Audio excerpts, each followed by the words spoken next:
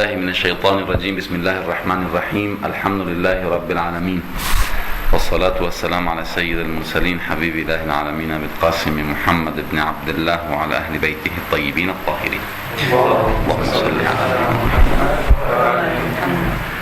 Assalamu alaikum jami'an wa rahmatullahi wa barakatuh. En el nombre de Dios, el clemente, el misericordioso, la paz de Dios sea con todos sus profetas, desde Adán hasta Muhammad, salawatullah wa salamu alayhim ajma'in. Si recuerdan, nosotros venimos hablando del tema de la moderación. Y hasta ahora hablamos de la moderación en general, como uno de los valores que el Islam promueve para la creencia, el carácter humano y la conducta. Estuvimos hablando de tres estilos de moderación: la moderación en la fe, la moderación en la adoración y la moderación en el carácter humano, los valores, los principios y la ética. Hoy habemos quedado, uno de los temas que vamos a tocar es la moderación en el tema familiar, en la familia. Obviamente yo quiero hablar ya un poco más generalizado, no solamente de la moderación, sino hacer una pequeña introducción sobre el tema familiar en el Islam. Y les había prometido hablar un poquito del tema de la educación y eso que habíamos hablado aquel día, de los hadices que hablan de la división de la edad en los niños y esas cosas. Vamos a hablar así, digamos, en forma general, y después ya lo último voy a tratar el tema de la moderación en la familia. Lo primero que hay que tomar en cuenta, digamos, como un tema filosófico general, es que el Islam promueve la eliminación del yo para transformarlo en nosotros. Es decir, lo individual, islámicamente hablando, no debería tener un efecto en el sentido del individualismo. O sea, la persona, lo personal, lo individual, no está conectado al concepto de individualismo occidental. Que obviamente el individualismo occidental tiene que ver con una cultura ególatra, egocéntrica, egoísta, una cultura del desarrollo personal, sin, digamos, desarrollar esa dimensión social, comunitaria, colectiva. Entonces, si vemos un poco cómo el Islam ve al hombre, ve al individuo en el colectivo y ve al individuo como un elemento más de un grupo y ve al individuo como parte del cuerpo del colectivo. El profeta salawatullah wa salamu alayhi, cuando habla de la comunidad, dice que los musulmanes son como un solo cuerpo. Cuando dice se queja un miembro del cuerpo, o sea, le duele, hay dolor en un miembro del cuerpo, hay un miembro del cuerpo que está afectado, todo el cuerpo se queja. Viste de la persona, por ejemplo, con un dolor de muela. Es cierto que la muela es un pequeñito elemento en todo el cuerpo y el dolor está focalizado ahí, pero todo el ser se siente dolorido. O sea, no es que uno dice, bueno, me duele esta parte del cuerpo y después todo lo demás estoy perfecto. No, se siente como que todo el cuerpo se queja, ¿sí? Por eso es muy fácil ver a una persona dolorida, aunque no sepas que le duele, ya sabes que, digamos, porque todo el cuerpo manifiesta ese dolor. El profeta compara a los musulmanes o al colectivo, al grupo de musulmanes, a la umma, con el cuerpo. Y ahí hace esa comparación para saber que cada uno de los individuos no están separados. No debemos funcionar como entes separados. Y eso es algo muy bello en la cultura islámica, digamos, el promover lo colectivo, el promover el grupo. Alaykum salam. Alaykum salam. Entonces, lo más importante es eso, que no existe individualismo en el Islam. Y como dice Shahid Mutahari, la transformación del yo en nosotros. Tenemos, por ejemplo, enseñanzas islámicas originales de la ética y de la moral islámica, que, por ejemplo, uno, digamos, lo investiga, lo analiza Y sinceramente es casi increíble, o sea, para uno con una cultura occidental poder entender esa realidad. Por ejemplo, si dos grupos, dos personas, o dos, digamos, frentes determinados, musulmanes, hay un tema que puede ser un interés y un beneficio para uno o para otro, el otro debería sentir lo mismo, de alegría o de felicidad. O sea, en el Islam daría lo mismo. Por ejemplo, que supongamos alguien gana la lotería, por un ejemplo estúpido, pero bueno. Uno gana la lotería. Si la gano yo o la gana fulanito, mi alegría debería ser la misma. O sea, eso de que uno se alegra por su propio interés, por su propio beneficio, eso no existe en el Islam. Especialmente en el tema ese de la tristeza y la alegría. O sea, la preocupación del hombre y el bienestar del hombre debería ser exactamente igual si el bien o el beneficio le cae a uno o le cae a un hermano musulmán. O sea, esa es la cultura islámica en materia de sentimientos y emociones, ¿no? Ahora nosotros vemos que en nuestra cultura, o sea, está todo ese tema del ego y que, bueno, lo que a mí me conviene, lo que es mi interés, lo que es mi beneficio, ese mí en el Islam es nuestro. Yo traje algunas pruebas, por ejemplo, ya específicamente de los textos islámicos. El Fatiha, cuando leemos 5 veces al día, por lo menos en los rezos, el dua, primero habla de Dios, ¿no? Bueno, Bismillahirrahmanirrahim, Alhamdulillahi Rabbil Alamin, Ar-Rahmanir-Rahim, Maliki Yawmiddin, Iyyaka na'budu. Todo habla de, bueno, uno con Dios. Después, Ihdina as-siratal mustaqim. El dua, que es para que Dios guíe, viene en plural. Ihdina. A pesar de que el Fatiha, especialmente en el rezo, saben que el Fatiha es la única sura en donde uno habla, a diferencia de las demás que siempre es Dios el que habla. El Fatiha es el hombre, el mismo individuo el que habla, ¿no? Ihdina siratal mustaqim. Y ahí lo hacen en plural. Muchas de las súplicas de los imames alayhimus salam vienen en plural. Una muy famosa que tenemos en el Qunut: Rabbana atina fid dunya hasana. Rabbana, o sea, nuestro Señor. Atina, concédenos o danos. Entonces nos damos cuenta que hay mucho hincapié en el hecho de transformar el individuo en el colectivo. Obviamente, cuando hablamos del tema del individualismo como un punto negativo, no es el individuo lo negativo o lo personal lo negativo. Lo negativo es el ego que va a transformar ese individuo en un ser que podría, digamos, actuar en contra de cualquiera y en pro de su propio beneficio. O sea, el problema del individualismo está en el tema del ego, ¿no? Cuando se transforma la conducta del hombre en todo para mí, en alimentar y hacer, digamos, de la vida del hombre una constante actividad de promover el yo, el ego.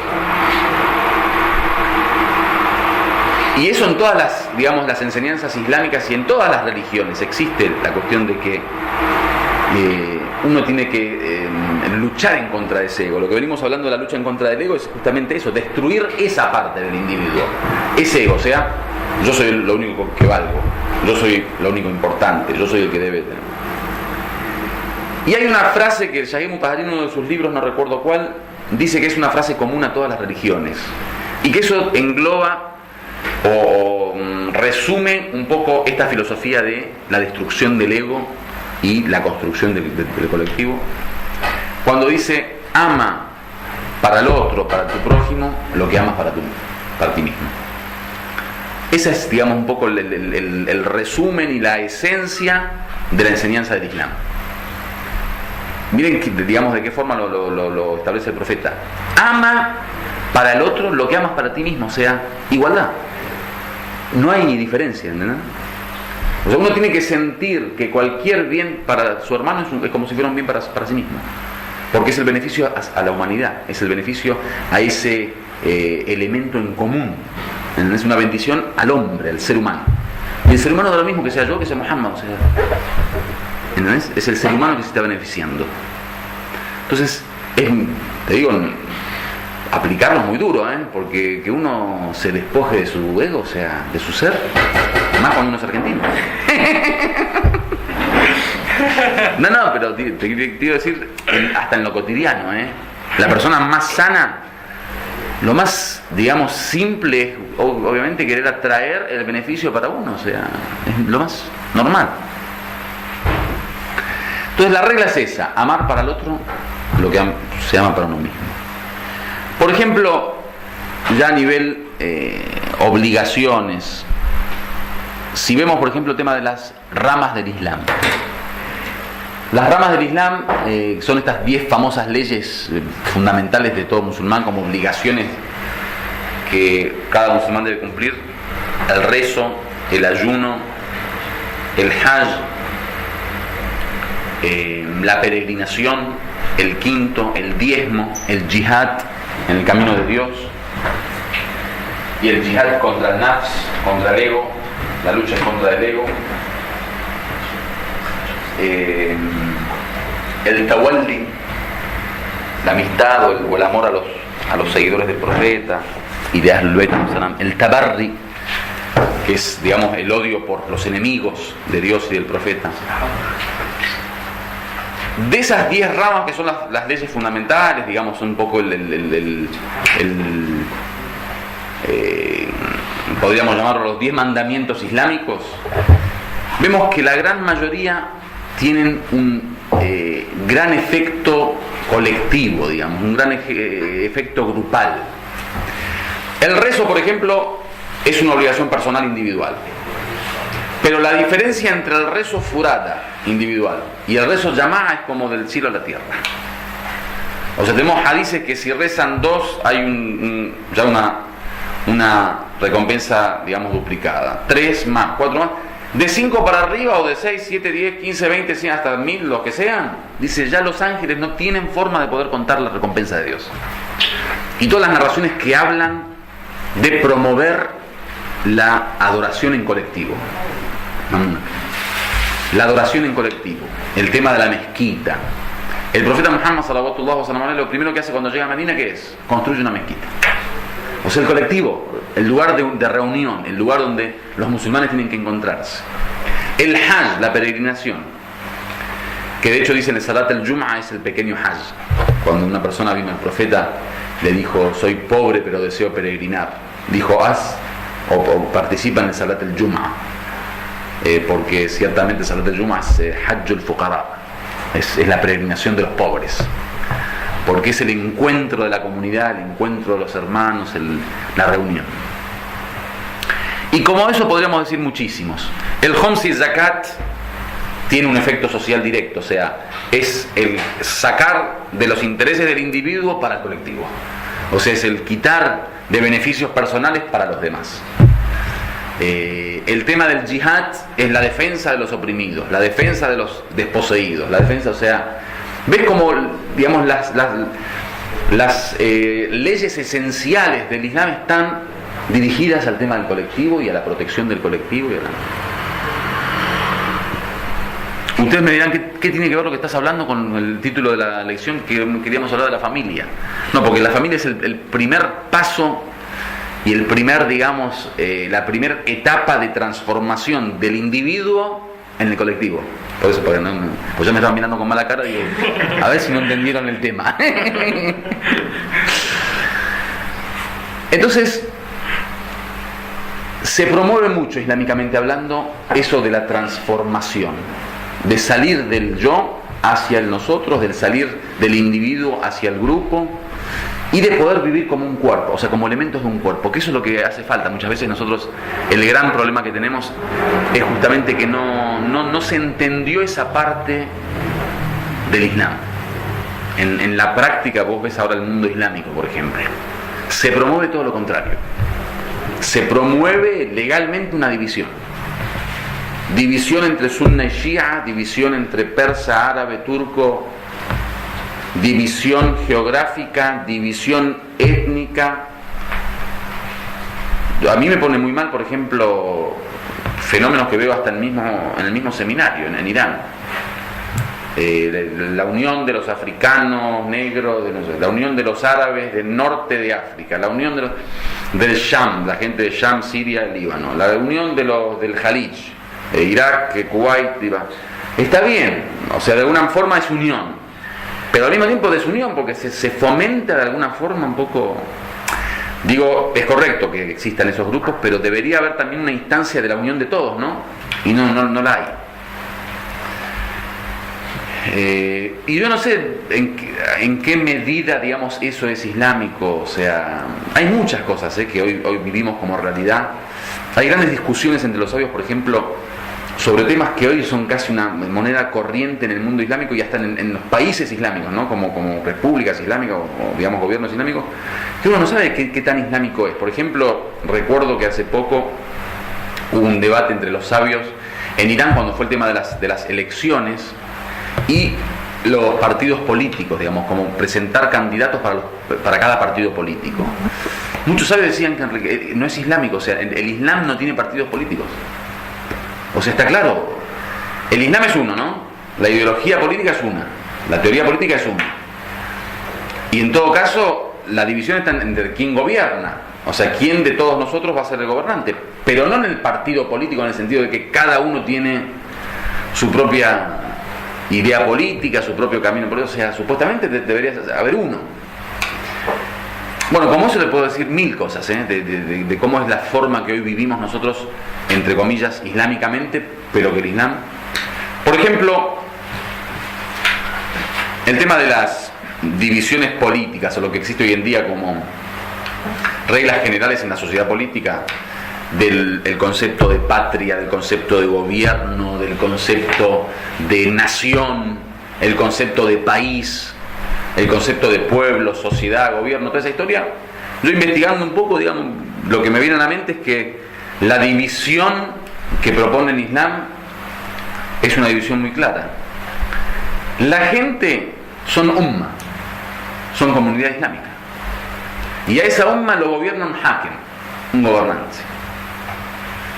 Todo lo demás no tiene un origen islámico, o sea, límites geográficos, étnicos, culturales, que deben existir porque es la diferencia, está bien. Existe diferencia de colores, existe diferencia de idiomas, de culturas, perfecto. Pero no deben ser esas diferencias los referentes de división. O sea, una cosa es la diferencia en la unión y otra cosa es la diferencia hecha división. O sea, crear divisiones en base a las diferencias. Nosotros somos todos diferentes, pero somos digamos, diferentes elementos de un mismo cuerpo. Entonces, ese es el umma. Lo que el profeta propuso es eso. Por eso en el Islam profético, como dice el Imam Khomeini, no había ni sunna ni shias. El Imam Khomeini, cuando habla del tema de la unión, dice es muy fácil. Todos, sunitas, chiitas y de cualquier escuela, creemos en el Islam del profeta Muhammad sallallahu alaihi wasallam. Entonces volvamos a ese Islam. ¿Qué dice ese Islam? Islam no hay ni sunna ni shia. Entonces es muy simple, o sea, había un poco de reír porque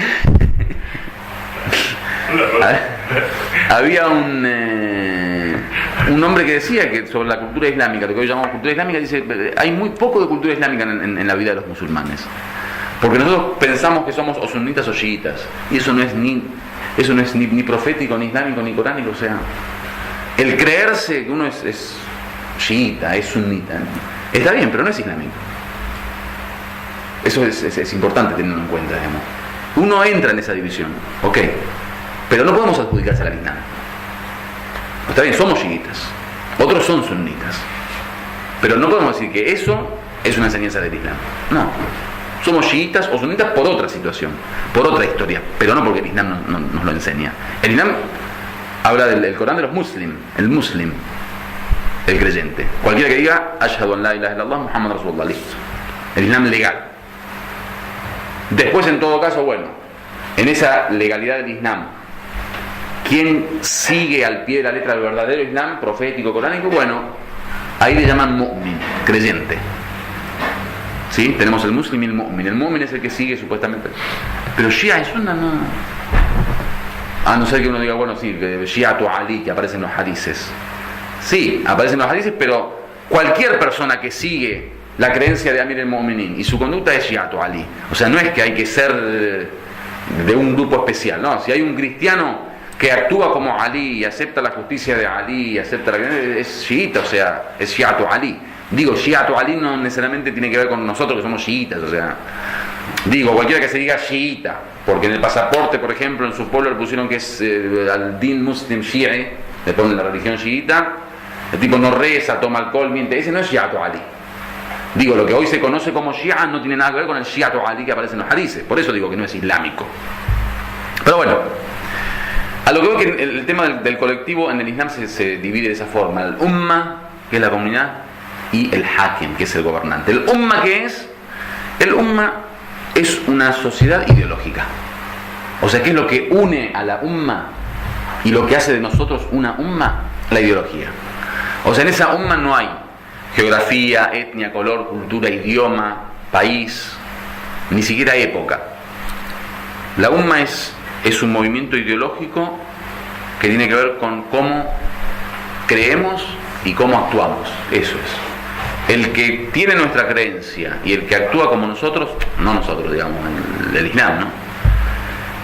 Es parte de esa umma. Digo, el boleto de entrada a la umma no es más que la ideología o la doctrina, ¿no? Como creencia. Y eso ahí sí, desgraciadamente, nos falta mucho en la práctica, o sea, de realmente ser una umma, desgraciadamente nos falta mucho. Bueno, todo esto era para decirles que al fin y al cabo, islámicamente hablando, es fundamental que el ser humano pueda experimentar esta transformación y sentirse parte de ese cuerpo y empezar a sentir esa verdadera hermandad. Qué maravilloso lo que hizo el profeta cuando fue lo del Muhajirin y el Ansar, los que emigraron y la gente de Meca que los recibieron. Creó el tema del ujuwa, del muahat, la hermandad, de que cada uno elija un hermano. O sea, date cuenta la forma en que el profeta, digamos, trataba con los seres humanos. Bueno, entonces, el resumen es que al fin y al cabo hay que experimentar una transformación y un traslado del individuo hacia el colectivo. Y como dijimos, eso es lo que promueve el Islam. Ahora, esa transformación, ¿cómo debe darse? ¿Acaso uno, digamos, del día a la noche o de la noche al día se transforma en nosotros? O sea, el yo se transforma en nosotros. O uno al salir a la calle ya debe sentirse hermano de los demás, o ya simplemente con una teoría y una decisión uno se transforma en un elemento de un cuerpo. No, es obvio que el Islam promueve una educación y una cultura que legalmente va transformando al individuo en nosotros. O sea, esa transformación del yo en nosotros debe darse en un marco legal. Y ese es el problema que nosotros vemos en muchas culturas o muchas ideologías, que está bien la teoría de la transformación del individuo en el colectivo, pero no tienen un programa práctico y legal en donde a través de la aplicación de la ley uno puede hacer esa transformación. Entonces viene el Islam directamente a proponer leyes claras. El primer grado de transformación, transformar al individuo en familia. O sea, la primera estación de transformación del yo en nosotros es a través de la familia. Por ejemplo, tenemos muchos hadices que hablan de lo desaconsejable que es vivir solo. Tenemos hadices que dice vivir solo puede hasta traer locura. Atraer locura. Crear locura. Es muy macruz. El profeta sallallahu alaihi wasallam, hasta cuando quería comer, si estaba solo, llamaba a un vecino, o llamaba a un amigo o un familiar. Nunca comía solo. Dormir solo, tenemos muchas narraciones que hablan de lo macruz que es dormir solo. Por eso les decía que el tema de la sociedad, digamos, llamémoslo el socialismo islámico, no es un tema, digamos, de teoría, sino es algo que el Islam lo promovió directamente en su comportamiento, en su conducta, la conducta del individuo. Dormir solo es macruz. El ser soltero. Tenemos hadith, por ejemplo, que dice la diferencia del rezo de 2 rakas de un soltero y un casado es de 70 veces de recompensa. El soltero reza 2 rakas, Dios le da una recompensa. Ese soltero se casa, al otro día reza 2 rakas, Dios le da 70 veces más recompensa. Los solteros. El infierno está, dice, lleno de solteros.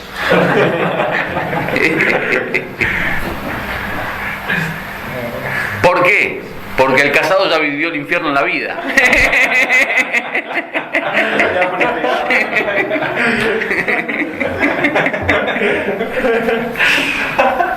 ¿Te entendió? El Islam es muy sabio, es muy sabio.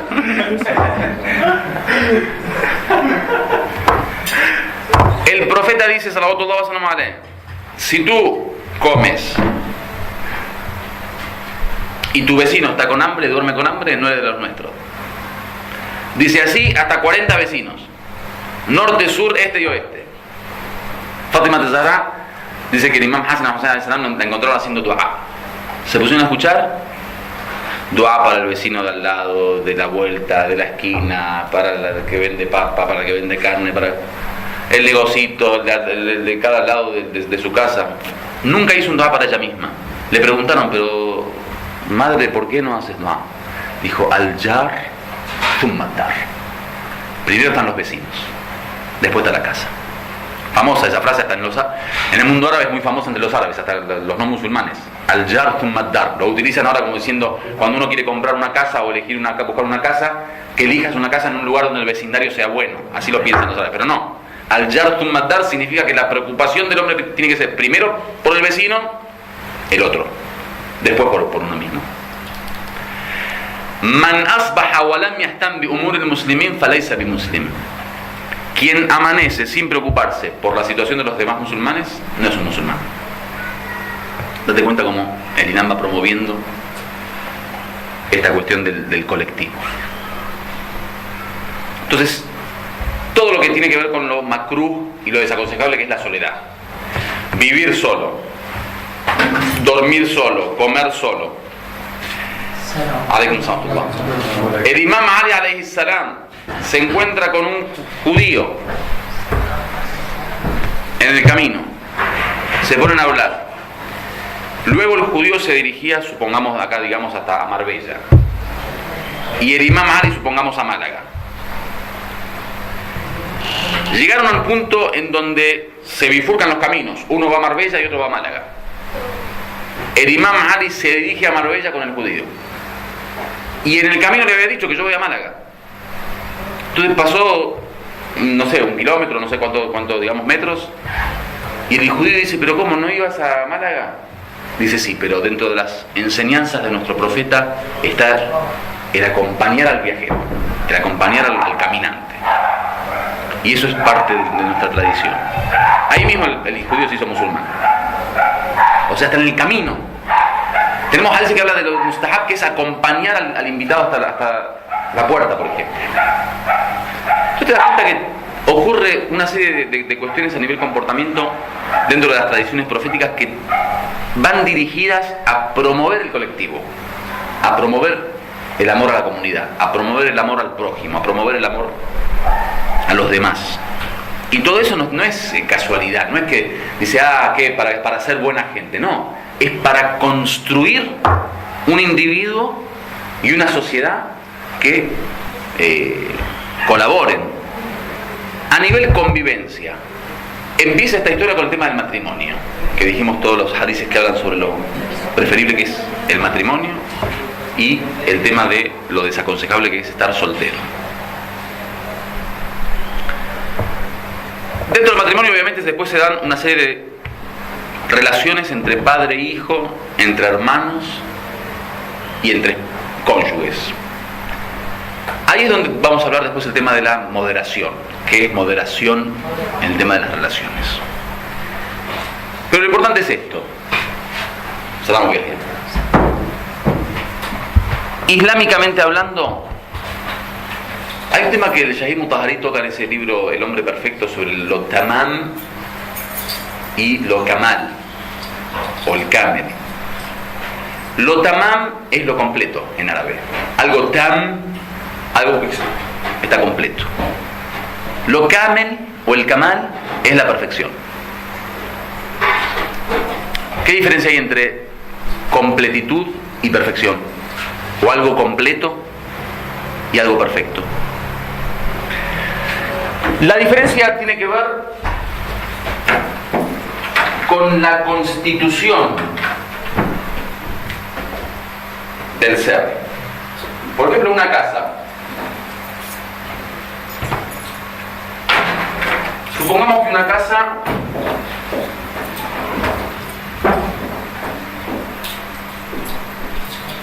tiene todos los elementos que tiene que tener una casa para ser una casa para vivir. Entonces tiene, por ejemplo, salón, habitación, cocina, baño, dormitorio, terraza, balcón. A esa casa, si está completa, o sea, tiene todos los elementos que la constituyen, le llaman una casa completa. Tam en árabe, o tamam, lo completo. Tam. Está completa porque no le falta nada. Todos los elementos que necesitan para existir están. Ahora, esa casa, después de estar completa, una vez que ya se completó, comienza su camino de perfección, el kamal. O sea, el kamal es una etapa posterior al tamam. El tamam es tener lo mínimo indispensable para existir y funcionar. El kamal es, una vez que está tamam o tam completa, el desarrollo, el crecimiento y todo lo que puede ir perfeccionándose hasta ser lo mejor de lo mejor. Por poner un ejemplo, una casa con una lámpara es una casa completa, pero una casa, por ejemplo, con 10 lámparas es una casa perfecta, o está en el camino de la perfección. Una casa con un piso normal está completa, pero una casa con alfombra está en camino a la perfección. Una casa con un dormitorio está muy bien, pero con un dormitorio con, por ejemplo, los roperos que llaman placares, ¿cómo le llaman? Armario, con mesita de luz, con espejo, con sillita. Eso es de la completitud, se dirige hacia la perfección. ¿Para qué dije esto? El matrimonio es el camino hacia la perfección del hombre. O sea, el hombre solo, viviendo su propia individualidad, puede vivir como un hombre completo, pero nunca transformarse en un hombre perfecto. Por eso el hecho de que el Islam tanto promueve el matrimonio a tal punto de decir que es Nisfuddin, la mitad de la religión. Y vos te das cuenta, los hombres que se desarrollaron espiritualmente, intelectualmente, que lograron algún tipo de perfección, fíjate, si son casados, tienen un grado de perfección. Si son solteros, ves que hay algo que ahí falla. El Shahid Mutahari decía que hay un grado de infantilidad. Inmadurez. Sí, inmadurez en la persona casada, soltera. Por más sabio que sea, puede ser. Tenemos místicos, algunos místicos, por ejemplo, en Irán yo conozco contemporáneos que eran solteros. Dice, hay un grado de inmadurez, un grado de infantilidad. O sea, el hombre que no se casa le falta esa perfección. ¿Por qué? Básicamente porque el hombre fue creado para vivir en comunidad. Fue creado para vivir. Y psicológicamente hablando, te digo, psicológicamente hablando, los psicólogos han comprobado que en la psicología masculina y femenina se da una ¿cómo le llaman? Cuando uno un complemento, una complementariedad impresionante. Dicen, el hombre por naturaleza, psicológicamente hablando, tiende a la a subordinar, o sea, a ser jefe del grupo. Y la mujer, en su naturaleza psicológica, tiende a estar subordinada, o sea, a estar debajo de un jefe. Esa relación no se puede dar más que en un matrimonio, en un ámbito familiar. Entonces, este traslado, esta transformación del hombre, del individuo al colectivo, se da en el Islam en un marco legal que es el matrimonio. Y el matrimonio obviamente tiene una filosofía que es la procreación. y que tiene que ver no solo con un tema emocional, sentimental, ni tampoco con un tema fisiológico, sexual, sino también con un tema netamente social, que es procrear y es educar individuos sanos en el marco de una familia. Bueno, eso con respecto al matrimonio. Con respecto a la familia, básicamente la familia es considerada una pequeña sociedad. Por eso dijimos que, digamos, la forma de transportarnos hacia esa sociedad es a través de la familia, porque la familia en sí es una pequeña sociedad, y la institución familiar es vista también como un lugar en donde uno puede gobernar o permitir que el Islam gobierne en ese ámbito de comunidad. O sea, el tema de la filosofía de la familia tiene que ver con que uno sí o sí debe gobernarse a sí mismo y gobernar a la sociedad a través del Islam. Pero como es más difícil gobernar a una sociedad, entonces directamente Dios propone esta división familiar para que cada uno pueda aplicar su propio gobierno islámico a su casa. Y ahí está un poco la filosofía de el grupo familiar y la convivencia. Por ejemplo, yo recuerdo una vez leí un libro sobre la familia en el Islam que hacía una comparación entre el concepto de familia en la India y el concepto de familia en Occidente. Dice, en la India se promueven mucho los grandes grupos familiares. O sea, el padre compra o constituye una casa de 5 pisos y ahí viven los hijos, los nietos, las nueras, los yernos, los primos hermanos, los abuelos. Entonces son grupos familiares de 75 personas en un edificio. Y generalmente las economías son economías medias comunistas, ¿no? Que ahí todos trabajan y van todos a la misma bolsa, y la misma bolsa se divide según las necesidades de cada uno. O sea, eso tampoco el Islam lo ve bien. Porque ya gobernar un gran grupo también se hace difícil. Uno puede gobernar a una esposa, a 2 hijos, 3 hijos, pero gobernar a toda una historia de hijos y de hermandad y de nietos y de yernos es más difícil. Entonces he visto a la familia como una pequeña sociedad y a la posibilidad que se abre en este ámbito familiar como un gobierno islámico. O sea, aplicar el gobierno islámico, porque vos te das cuenta, por ejemplo, la familia, del tema de la alimentación, el tema de la salud, el tema de la economía, el tema de la educación, de la enseñanza, el tema de las relaciones interpersonales, los derechos de cada uno, las obligaciones de cada uno. Ahí el Islam creó un gobierno. O sea, vos lees todas las hadices que aparecen y es un gobierno hecho casa, o sea, pequeñito, ¿sí? Sobre el tema de la higiene y de la salud, todos los hadices que aparecen, sobre el tema de los derechos de los niños, los derechos de la mujer, del esposo. La división que hace, por ejemplo, el profeta sallallahu alaihi wasallam cuando casa a Fátima con Ali, el imam Ali salam los pone bajo el marco de la puerta. Al imam Ali salam lo pone afuera y a Fátima Zahra la pone adentro. Dice, este es el límite de división de vuestras actividades y vuestros campos. Como diciendo el imam Ali del marco hacia afuera y Fátima Zahra del marco hacia adentro. Ahí dividió responsabilidades, dividió obligaciones, derechos.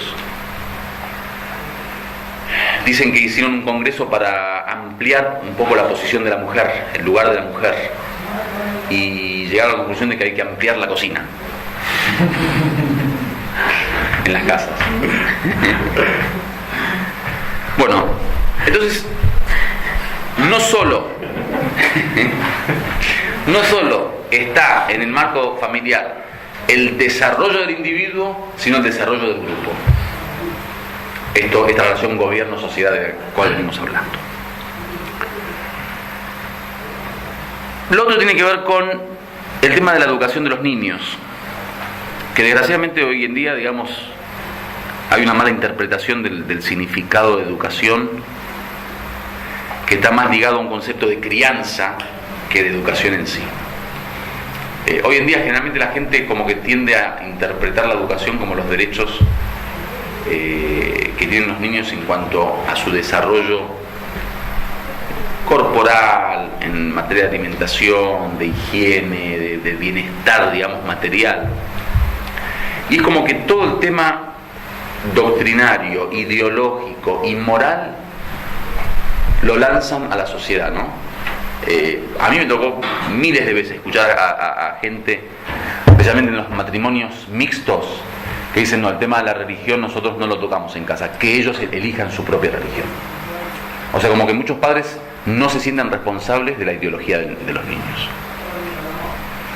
Sienten como que su obligación está ligada directamente a darles enseñanza en alguna buena escuela o una buena universidad, comida, alimentación, salud, bienestar, digamos, de hogar, vivienda, vestimenta, hasta ahí. Shaykh Mutahhari Rahmatullah alayh dice eso es lo más parecido a criar corderos, porque el que cría corderos le da casa, le da cobijo, le da alimento, o sea, dice: hoy los padres son en realidad criadores de corderos. Y ahí hace la diferencia entre crianza y educación. La educación es otra cosa. Mira cómo el Islam y el idioma árabe en ese sentido le llaman murabbi, rabba, yurabbi. La educación tiene que ver con otra cuestión. Alaykum salam. La educación tiene que ver con otra cuestión. El murabbi es el que permite que se desarrolle, que crezca. Y el desarrollo y el crecimiento tiene que ver con sacar a la acción aquello que se encuentra en el interior del ser humano en potencia. O sea, la semilla que tiene en potencia un árbol y un fruto, eso lo tiene en su seno. El murabbi, el educador, es el que hace que ese árbol salga de esa semilla. Ese es el tarbiyah. Salamu alaykum wa alaykum salam. Tarbiyah es permitir que salga y que se manifieste en el exterior aquello que está en potencia en el interior. Y ahí te das cuenta que lo que tiene en potencia el ser humano no es nada más un cuerpo que quiere crecer. Entonces el tipo se preocupa porque haga los 500 deportes habidos y por haber para que su cuerpo sea ayudado. En el último viaje que tuve a Argentina me decía mi hermano que manda a su hijo, no sé, como a 5 deportes: fútbol, natación, equitación, no sé qué otra cosa, y nada. Dije, bueno, alhamdulillah, está bien, ¿no? Porque se ocupa en eso, pero digo, si nos preocupáramos por el espíritu de ese niño, por su crecimiento, digamos, espiritual, y por su realidad como ser, como nos preocupamos por su cuerpo, estaríamos muy bien. Entonces la gente cree eso, ¿viste? Vos viste la preocupación que hay en el tema de la alimentación. Yo recuerdo, por ejemplo, una mujer musulmana en Chile, sobre el horario de amamantar al niño. Si le dio 18 minutos con 30 segundos con este pecho, entonces ahí rápido cambia el pecho para que el otro pecho pueda dar 18 minutos con 30 segundos. Y si se levanta a las 4:35 tiene que darle con el pecho de la derecha, y si no, a las 7 de la tarde con el pecho de la izquierda. Y una cosa que vos decías, o sea, la verdad que si esta gente se preocupa por el rostro como se preocupa por el cuerpo, seríamos todos también el mu'minín. ¿Te das cuenta? Entonces, la gente tiene esa visión. El hombre es cuerpo, el hombre es eso. Y ahí está toda la cultura de la belleza, la cultura de la estética, la cultura del gimnasio, del deporte, del régimen. El hombre funciona perfecto, ¿eh? Si la misma preocupación que le da a su dimensión material se la diera a su dimensión espiritual, seríamos campeones de la espiritualidad. Entonces te das cuenta que la gente está correcta en esto de hacer llegar al hombre a la perfección. Pero el problema es que van hacia una sola dimensión, dejando de lado la otra. El Islam promueve la educación, que no es ni crianza ni enseñanza, sino es permitir que todas las dimensiones de ese niño puedan desarrollarse de la misma forma. El tiempo está terminándose, me parece. Vamos a dejar el tema de la educación para la próxima clase, si la tocamos ya directamente con más detalles. Walhamdulillahi Rabbil Alamin.